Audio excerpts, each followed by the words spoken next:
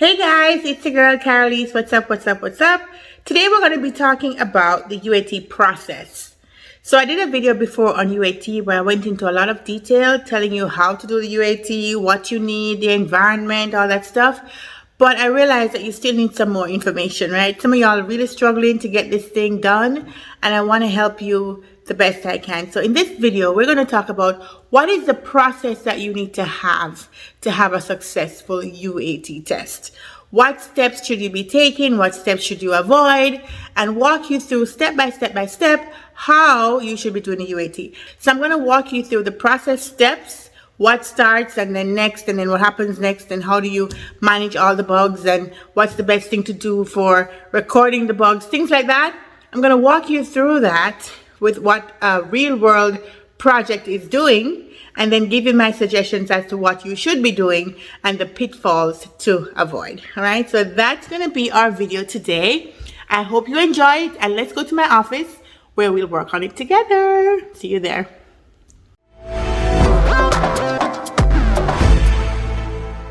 All right, everyone, so here we are in my office, and we're going to be walking through what you're looking at right now, which is a process flow for a UAT process. I'm going to walk you through the as-is state. This is what they're doing on a real-world project today, and I'm going to give you some pointers as to what we should be looking out for and not do, right? So some of the things here we're going to keep, some things we're going to throw away because we can do it better. So we start off always with the requirements. Let me zoom in a little bit, make sure you guys can see it. There we go. Okay, I'm using a tool here called Mirrorboard. If you've not used Mirrorboard before, it's pretty good for you to do flow charts or do a collaboration session or a workshop virtually, ideation session, all of that. It's a very good whiteboarding tool. You can build all these different types of things in it. So I think this is a great tool for you to be exposed to if you've not used it yet. So you start off your requirements. You start off your process by understanding the requirements, right? That's the very first thing. If you have not written the requirements up to this point, you have to be very familiar with them because you have to know what you're going to test. Then in this process that they're doing today, the QA was writing the UAT test cases. So the QA was writing the test cases, and the QA was also setting up the test environment and getting all the data that they need, the access rights, the data sets that they need, make sure they have everything they need to be able to perform the test. All of that was being done by the QA. And then they would hand off to the BA. And the BA would review what the test cases are to make sure they're covering the right scenarios and they have the right data, and that they're doing the tests properly. And then the business unit then would identify who are the people with the right knowledge that could help to do this test. And so the business unit would go identify the testers, and then the BA would facilitate the testing exercise. So they would set up the calendar meeting. And the way they were planning on doing this testing exercise was, it's a huge project with a lot of different moving parts and many, many different teams.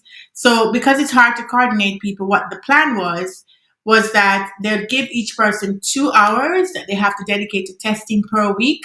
But I think they had said they would give each person 2 hours, and the person can choose which 2 hours is most convenient to them. So one person could choose 9 to 11, one person can choose 1 to 3, etc., right? So each person would be going in on their own, looking at the test cases and conducting the test, and that's how they would do the test.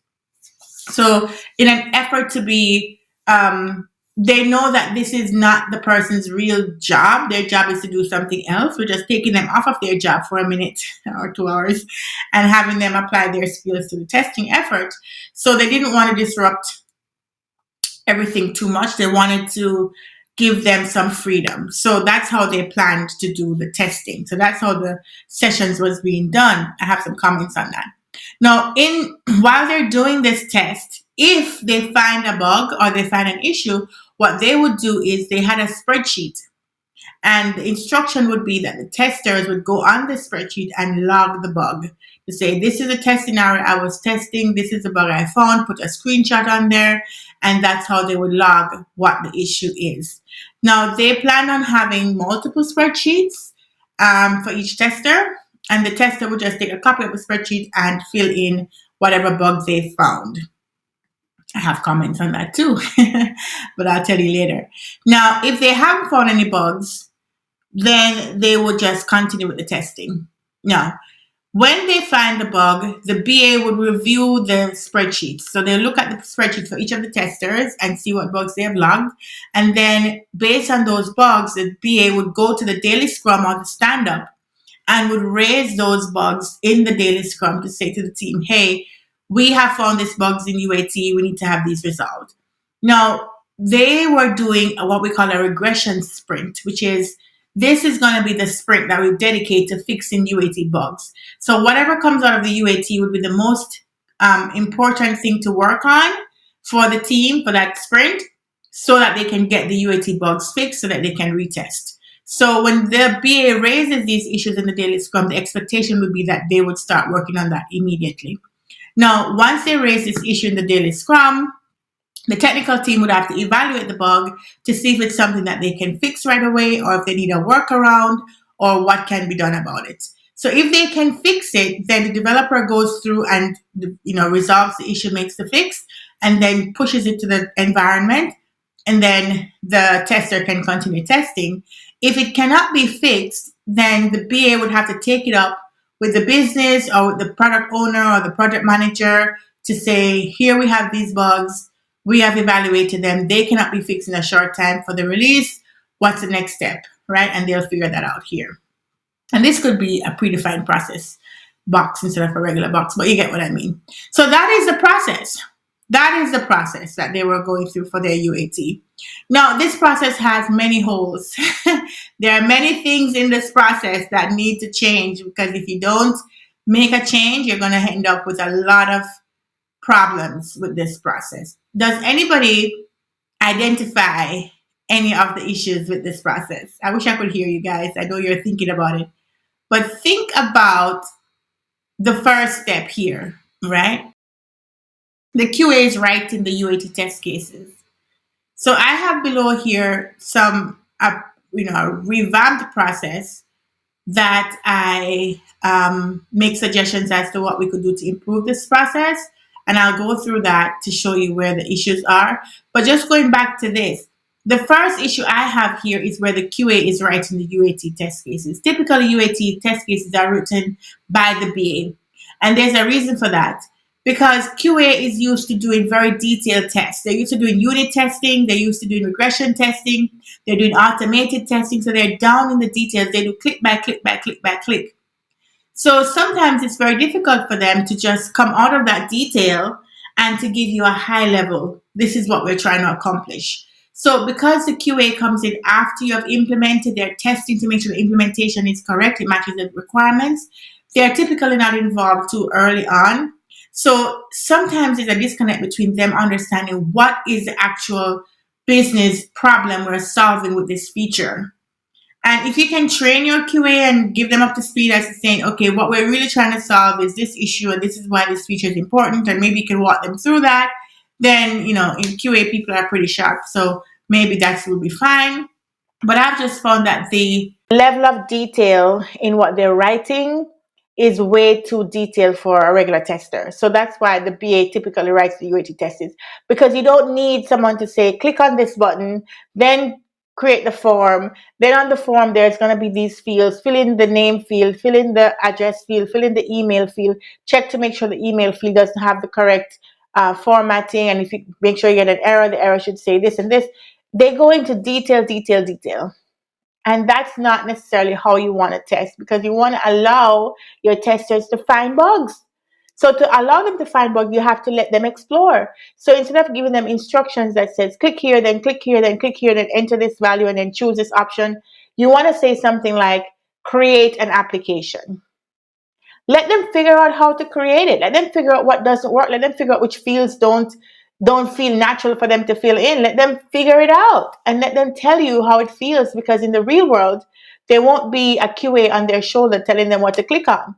So can they use the application without you having to give them click by click instructions? So I don't advocate that the QA writes the UAT unless you really spend time coaching them and training them as to how to write high level test cases. So it's not at the level of detail that would cause the tester to be bogged down clicking and following step by step instructions as opposed to doing what they're supposed to do, which is to uncover the bugs. So that's the first thing. Now, the QA for sure can set up the environment, but I find that typically the environments are being set up by a DevOps person, right? Who makes sure the environment is there, the APIs are there, the connections are there, all of that stuff. And then the QA, yes, can set up the data, but sometimes you need the BA too, because if the BA writes the test cases, then they need to know where the data is coming from to fulfill those test cases. And then you may have to collaborate with other teams to get the access rights and all these different things. So yes, the QA can help with these, but it should also be something that the BA is helping to make sure that we have. All right. So this is the first thing that I noticed. Then the BA reviews the test cases. So if you are able to train the QA to tell them, hey, let's keep it at a higher level, then fine. When they finish it, your BA can review it, and that's great. Then once the BA reviews it, in this example, I think the business was the one identifying the testers. I would say that the business needs to also collaborate with the BA to identify the right testers. Because what can happen is the business, they're not as close to the technical details as you are. They know the problem they're solving for, and they know what they expect the solution to be, but they're not in the weeds, right? So when they choose a tester, they might be looking for the person who has the most knowledge. So we want to get somebody who's really knowledgeable about this so they can find out if there's any problems with it. But sometimes you want testers who don't know.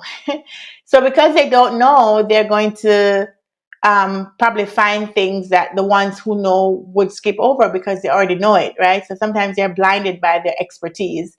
So you want to collaborate with the business to get a spectrum of people who are very advanced, people who are in the middle, some people who are just brand new to the company. And if you can get real users, real end users, even better. So the BA would help to create that testing profile so that we get people who can help us really uncover as much bugs as possible. Then the next part is that the BA facilitates the testing. So in the first flowchart, what they were planning on doing was have everybody test in silos. So you pick your 2 hours and you test by yourself. You pick your 2 hours, you test by yourself. Everybody have a different sheet. They all fill in the sheet, and the BA goes through and reviews those sheets. Now the project is huge. The UAT is gonna span over months, and you never know who's gonna come in and come out. So as testers are being thrown in and people do their part and leave, you're going to end up with a whole lot of spreadsheets if you do it this way. And not only that, but everybody's testing in their own little world, disconnected from the rest. What they had planned to do was have a Slack channel that will be a place for them to communicate, or a Teams channel if you're using Teams. And that would be how they communicate. Of course, there's email, but it's just so disconnected. It's so isolated. I don't like that. I like the testers to feel like they're a part of a team, that they are working together for some greater good for the company, and to know that they have support. So if this testing exercise is one of the biggest things that the company is looking to have done, then they have to be able to join at the same time. So whatever other meetings they have to cancel those meetings because they're going to be focused on testing. If it's that important to the organization, then they have to make time, right? There is no other way around it. They have to make time. So I don't suggest that you have separate, isolated testing happening in silo. So this testing session, the way I would want it to be done is that you have the times on the calendar blocked for everybody who's going to be testing. So we're all in the same meeting. And you as a facilitator join the meeting. You introduce them to the test. Here's what we're going to test. Here's what we're able to accomplish in today's session. Here's the file that you're going to be adding your bugs to. Here's how you use it. This tab does this tab doesn't do that. All the things that they need to know to be an effective tester, you're going to tell them. And it's one file. It's one file, right? If you want to keep backups of it just in case somebody, changes something, fine, you can keep a backup. But they're all looking at the same file. The file has the test cases on probably a different tab, and it has this one bug tracking list that has all the bugs that they've found from the different tests, right? Because you want to provide support and you want everybody to be there. And the best part of this is if one person has an issue, they found a bug, I would encourage them to come, if they're in the meeting, everybody's on mute doing their test by themselves. If anybody has an issue, they raise their hand or they jump off mute and they say, hey, Karaleise, I found this bug. I was doing this. This is where I was. Is this something you want me to log? It's a bug. They log it. I know the other persons on the call who heard that conversation, if they have the same issue, they know it's already been logged. It avoids you having duplicate issues. It avoids you having the same thing being reported in different ways. For example, let's say that there's a performance issue with the system that you're trying to test. And because of that, somebody may be clicking on something, it's loading, taking a long time to load. Somebody else is on test 8, let's say, further down. They click on something else, it's taking a long time. Somebody else is on test 3 and they have the same issue. And then they each might, if they're doing it by themselves, they think it's 3 separate issues based on the screen that they're on. But because they're going to be in the meeting, one person's going to say, hey, I'm on the screen and this button is taking long to open the next form. And the other person can jump in and say, yeah, me too, and this, me too, and me too. Next thing you know, you realize it's a system-wide issue on performance. There's a problem. The system is down. Now you log it as one bug as opposed to 5 different bugs or 16 if you have 16 people in the room. Because if you have them testing separately in their own little worlds, they would never benefit from that. Or they could probably send a Teams message and say, hey, it's slow. Is it slow for anybody else? And that might help. But you may not know if they're willing to do that because they might just be thinking, hey, I'm testing, so whatever I find, I'm just going to log it and I'm moving on. Not everybody's going to jump on and ask if everybody else is having the same issue. Do you see what I mean? So by you being there, by being a meeting where they're all a part of, and they could be on mute and doing their test, come off mute, ask a question, go back on mute, do their test, you get them to focus on what they need to focus on. They know they're in a part of a team. They know that this is important to the company, and they're more likely to focus on that at that time because everybody else is focusing on it. I think that's the better way to do a virtual UAT. If you can do it physically, where they're in a physical room and they have no other distraction, even better. So now when they find a bug, like we said, it's one sheet, and they're only trying to log the bug once. So they don't just randomly go add things to the sheet because you're going to get noise. You're going to get a bunch of stuff that don't need to be there, right? So every time they're going to log a bug, they're going to confirm with you and you're going to say, yes, this is a bug, go ahead and do it. It might seem like it slows down the process, but it's better for them to confirm before they add it to the sheet than to have a bunch of noise that you're going to have to wade through anyway. So I've had, in even the largest UAT, it's still not too distracting for them to come off and say, here's my issue, should I log it? And yeah, let's log it, capture your screenshot, or do a little video of what you got, and that's it. It even helps because other people can hear the issue and don't log it again. So I think it's a better way to do it than having everybody adding to the sheet. The sheet is going to become unmanageable very quickly, and you're going to spend hours and hours wading through all of this noise trying to get to the real bugs, because some of them could be because one thing happened, other things triggered, and now they're putting all of these triggers on there when the real source is it just one bug. And you could avoid that by just telling them and they would know what to log. All right. So when the tester logs the bug because they got your approval to log the bug, the next part of it, based on the old way, was that the BA would take it to the daily scrum. So my point on that, or the way I feel about that, is the BA should not be taking every single thing to daily scrum. What if you have 16 people testing and you have 105 issues that day?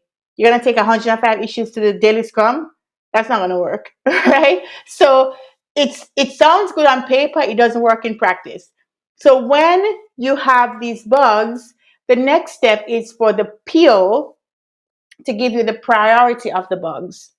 Which ones are critical? Which ones do we need to fix right now before we go to retest and has to be in the release? Somebody has to make that decision because you'll have a lot of bugs. Depending on your system, you can have a lot of bugs. I've seen sheets with 500 bugs, 1,000 bugs. What are you going to do with that? The regression sprint can't handle that level of bugs. I don't know how big your team is, but that's a lot of bugs. So what you need to do is, in my opinion, the day that you do the test, the very same day you should have a PO review of that spreadsheet. And I don't want to wait till the next day because I don't remember all the details, and it's, things get muddy. So if you can do it the very same day when it's fresh in your mind, that would be awesome. And what you're going to do is you're going to ask the PO to give a priority as to whether it's critical, urgent, or urgent or critical could be the same thing. Critical, high, medium, and low. And then you'd say, are we agreeing that whatever is critical has to be fixed before the release? Yes, we agree. Whatever is high, it may or may not have to fix. Medium and lows definitely can, some of these things can be, you can wait. But sometimes you can fix the medium and lows because they are quick fixes, can be done fast, right? So the PO has to give the priority as to what do we focus on for our next things to test. And that's what the BA takes to the daily scrum. So you take these issues to the daily scrum, or maybe you have a separate meeting because it might be a lot to go through, or you might not be able to finish it in the 15-minute scrum. So you mentioned it that you have some bugs in the scrum meeting, and you set a separate meeting to talk about that because the scrum shouldn't be going over 15 minutes. So in their separate meeting, you go through the list and you say, these are the critical bugs that we have to resolve, and that's what the attention of the team should be on. So it's not every bug needs to get their attention, but just the main critical ones that we need to get retested for the release. Now, once they do that, then they go through the whole development cycle. Now, one thing to caution here, in the old process, they would make a decision if they could fix it or not. And if they couldn't, then the BA would take it back to the business. And if they could, they would go ahead and just resolve it. But what I wanted to call out here is that they need to make sure the bug fixes go through the regular development life cycle. What I've seen in my experience is that people kind of push through the bugs because UAT is waiting, they push it through, and it doesn't go through the same rigor. It doesn't go through the PR review and all these different things. It needs to go through the regular software development life cycle, and there needs to be no shortcut. You can do it faster, but it needs to be done the proper way, and you can push it through what it needs to be done, because sometimes they push through these things fast because they're trying to get to UAT, and it breaks other things. It wasn't tested properly, and the last thing you want is to put something in front of your testers that is a retest and it's even worse than the first test. So you don't want to put bug fixes that are not properly done and tested in front of your UAT. So make sure that once they have resolved it, it goes through the proper software development life cycle. Listen to wisdom.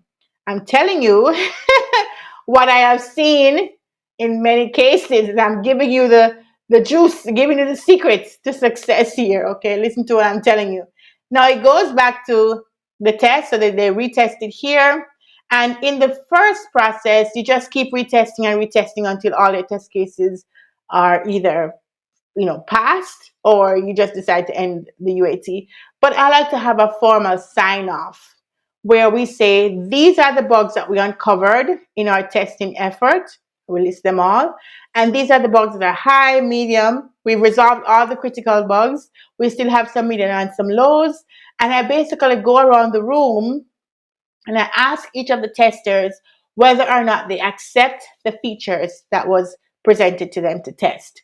And they give their feedback. And at the end of the session, I ask them if they will all agree that we can release this feature to our client base, given that we have these maybe low bugs that we haven't gotten to yet, but we've met the main deliverable requirement, and we have fixed the critical bugs. And they would all say yes and give a thumbs up, or they would say yes, and there's a sheet that they sign off and say yes, they agree, and that's it. Because I like to take that back to the project team to say, we completed this testing exercise. We had 16 testers. They went through these different features, and at the end of the testing, they agreed that this is acceptable for us to put in front of our customers, and they felt happy with the results of the testing. They learned how the features work because of the testing, and they believe that it solves the main problem. I want to have that talking point. So when I have this formal sign off, I feel like I put a nice punctuation point on the UAT, and I get a nice close to the UAT. So that is the UAT process that I think, what did I do here? I went out of the board. All right, hold on, y'all. It's coming back. Okay, yes. So that is the UAT process that I think makes the most sense. Again, everybody's doing their own thing. So, it doesn't mean this is the be all for UATs, but I've just found that this process works a lot. And also, one more thing I didn't mention is when you have the QA setting up the data or even the DevOps, you as a BA need to run through this test, do a mock test with the UAT to make sure that everything is working before you put it in front of testers, right? You want to make sure that you've gone through the test yourself, that the data works, that you have the right accesses, you have the right data sheets, you have the right environment, that everything is working smoothly before you put a tester in front of it.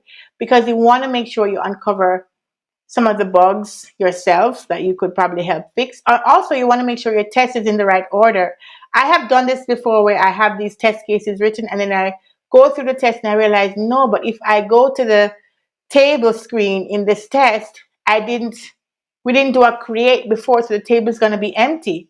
So I actually have to reorder it to have them create the files first or create the application first so they can see it in the table test, right? So I need to switch around the test to make sure the create happens before I go to the view. So there are things like that that you may miss because you're bogged down writing it out, but run through it as if you were the tester and see if this makes sense in this order and change it if it needs to be changed, right? So you need to go through this first before you ever put it in front of your tester. So that is the process that I think works the best. I'm going to I'm going to make this available on my website so you can download this process flow and you can use it in your own projects. All right.